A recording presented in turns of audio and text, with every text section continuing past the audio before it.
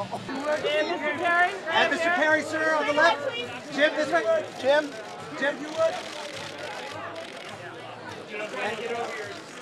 And Mr. Carrey. You still got, right?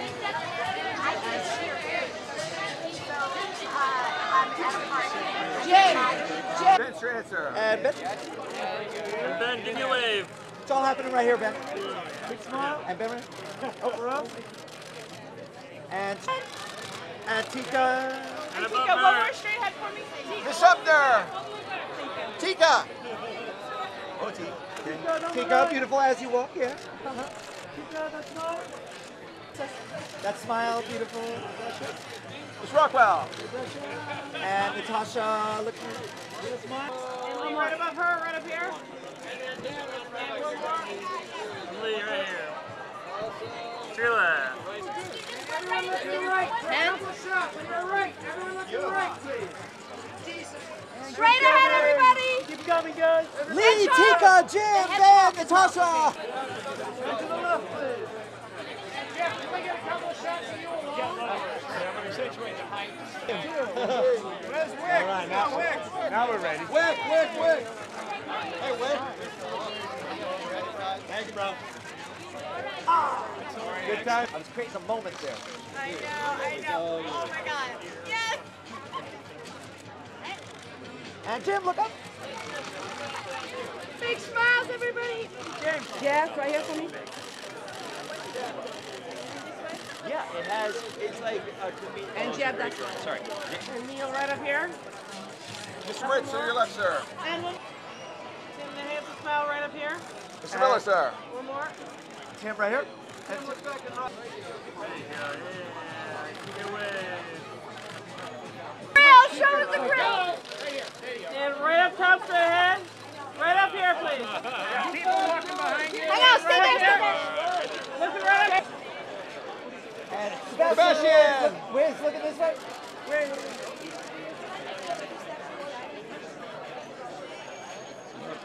Mr. Carrey! Jim, you know Tiffany Haddish, right? Look at the two-shot. Tiffany! Trying to get Neal. And then Jim says, I'm good. Tiffany. Back up. Right up top, guys. Right up here, next close. Tommy! Tommy, right up here. Here. Thank you so much. Right here. Excuse us. Thank you so much. Turn to the right. Sir. Looking right here,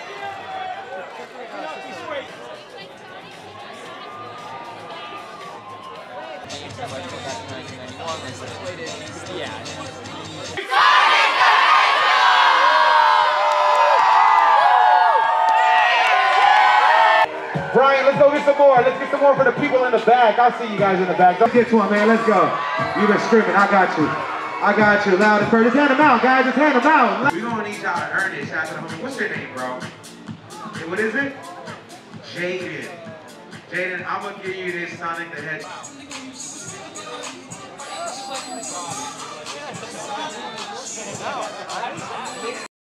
I just think there's a certain innocence about this movie, you know, there's a simplicity to it, and you know, basically it's about friendship, and it's about loneliness, and you know, Robotnik has a Sonic-shaped hole in his heart, you know, he wants that thing, whatever it is, that power, but he thinks he wants it for the wrong reasons. He just wants to control the world, and you know, really what he needs is that childlike innocence and electric fun, you know.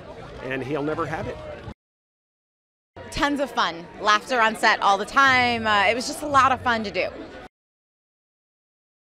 There's heart, there's action, there's adventure, there's friendship, and there's jokes for the adults and jokes for the kids. So it's something that everybody can see together. I played Sonic when as much as I could. I tried to take the controller from my brother, and obviously that was very hard. So I watched a lot. So it's surreal that we're here right now and I'm in a movie with him.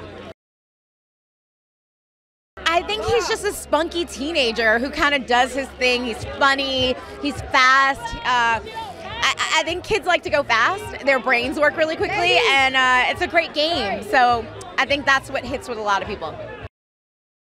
Yeah, so in my head when I read the script, and I figured he was like a little kid, a really excited little kid that never really got to go out and do the things he wanted to do in his life, and then finally had that ability. So all that energy and all that excitement goes towards that, and it was really fun to play him like that. Yeah, in 1991 I played the Sonic 1 and then Sonic 2 when Tails was in there, and then Sonic 3 I played a little bit and had Game Gear. I did it all. I was a huge video game kid growing up, so it was big. It has comedy, it has drama, it has Jim Carrey being unbelievable. It's just like kind of everything. It has the emotion, it has the set pieces that Neal is amazing at, so it kind of has everything. It has an attitude. It's not just the character itself, but you know, even in the old games, when you wait too long, you tap his feet, or at the beginning, you wag his finger, or you get bored and stuff like that. So the idea that there's some attitude behind the characters really brought like that side-scroller game to life. Oh my goodness, I wouldn't fly anymore. I just run on water and go everywhere. There's so many places I want to go in the world that I haven't been yet. That's what I would do. I just keep running around. It's hard to put into words. I grew up on Ace Ventura when I was a kid, so he was a hero of mine growing up and then into my adulthood. So working with him was an absolute dream come true. I remember the first day meeting him. He was so sweet and so great, and the energy he put out was absolutely amazing. It was great working with him, and he's super collaborative and a very sweet guy. I grew up on Sonic, right? I played Sega Genesis a lot and played Sonic in particular. So watching the movie and seeing clips from it, it brings a lot back to that kind of vibe of the video game, the energy, the attitude that Sonic has. It's huge, big explosions, awesome action sequences, great relationship stuff too. There's awesome friendship between Tom and Sonic, and then awesome friendship between Agent Stone and Robotnik in particular. On my bucket list was meeting Jim Carrey, working with Jim Carrey. It was something, honestly, I never thought would happen, and it happened. So I think I'm good. I think I can call it quits on life and just end it here. Travel a lot more. Yeah, that's actually been on my bucket list, is to travel more. So if I had super speed, I'd probably get around a lot more, check out some spots I haven't seen yet, and yeah, just use it for good, right? Just be good. A lot of anything to do with Sonic, whether we're watching him on the monitors or tracking him or anything like that, was all computer generated, right? So a lot of the time it was, you know, they'd put an X right next to the camera, and we'd have to have the right eye line, and then they'd be like, okay, and now Sonic dashes to the right, and then we'd have to like track them at the same time. No, both of you move differently. Okay, hold on, do it again. So yeah, but I've had experiences like that working with green screens a lot more, so it wasn't too hard. Incredible. It was literally being able to be inside a world that I played with when I was younger, so it's been really, really cool to see it come to life. It was just really cool to see a small character who was unstoppable and sort of relate to that kind of optimism was really awesome. And I think kids today and families today and even adults today could use a little bit of optimism. A bucket list item that I definitely want to try, I want to like skydive, but I think I'm still working my way up to wanting to having the courage to complete it. If I had Sonic's supersonic speed, I would go to Tokyo for sushi for lunch. Just like real quick, go to Tsukiji Market, grab a little sushi, come back. Like the first game system I got was the Dreamcast, and like the first game I was playing was Sonic Adventure, and it was like 1999. I was like 2 or 3 years old, like 2000, 2001. That was like one of the first games I was playing. So it was really dope being here. Oh my gosh, I mean, I still can't believe he said yes, but was so excited for him to play Dr. Robotnik, and he's just his movie instincts are so great, he's so funny, he's so easy to work with. I mean, he just would come to set with all these wonderful ideas and pitches, and so it was just a great collaboration, and I think the fans are just going to absolutely love the character he created in Dr. Robotnik.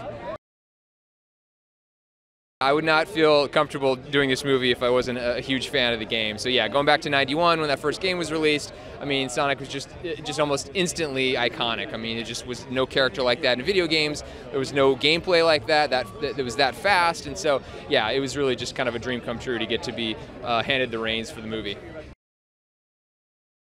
I think there's everything from his home planet, which is the Green Hill Zone, which is this beautiful lush island, which I think a lot of people would say is probably their favorite level in the game. But then there's also lots of fun little Easter eggs tucked away at various points throughout the movie. So we had a lot of fun with that. I think it has something for everybody. I mean, it's got a ton of action, it's got a ton of humor, but it also has a lot of heart. And I think that's the most important ingredient sometimes with movies. Is like you can have spectacle, you can have all the action, but you really want to have characters that you care about. And I really think people are going to care about Sonic in a big way. I think the world of Sonic is this slightly wacky world, and even though he's a villain, Dr. Robotnik, you don't hate him. You don't want him to be this too evil, and Jim is like the perfect guy to play that. I think it's a good time for the family. I mean, I think like all parents, they really want an opportunity to go to the movies with their kids and not hate it. And I think Sonic is a great experience. It's got some jokes that play a little older, and I think for a lot of dads and moms that are our age or younger, they also grew up playing the game. It's not just something that has been around for 5 or 10 years. It's been around for so long that they probably played it too, so they can bond with their kids over that. Hey Lisa here. Now, goofs or mistakes are common in the making of all movies, and according to the Movie Mistakes website, the movies with the most goofs are Apocalypse Now with 390, Harry Potter and the Prisoner of Azkaban has 296, Harry Potter and the Chamber of Secrets has 289, Superman 4 The Quest for Peace has 267, and The Lord of the Rings The Fellowship of the Ring has 262. Now, do you like my t-shirt? You get one for yourself in the link in the description.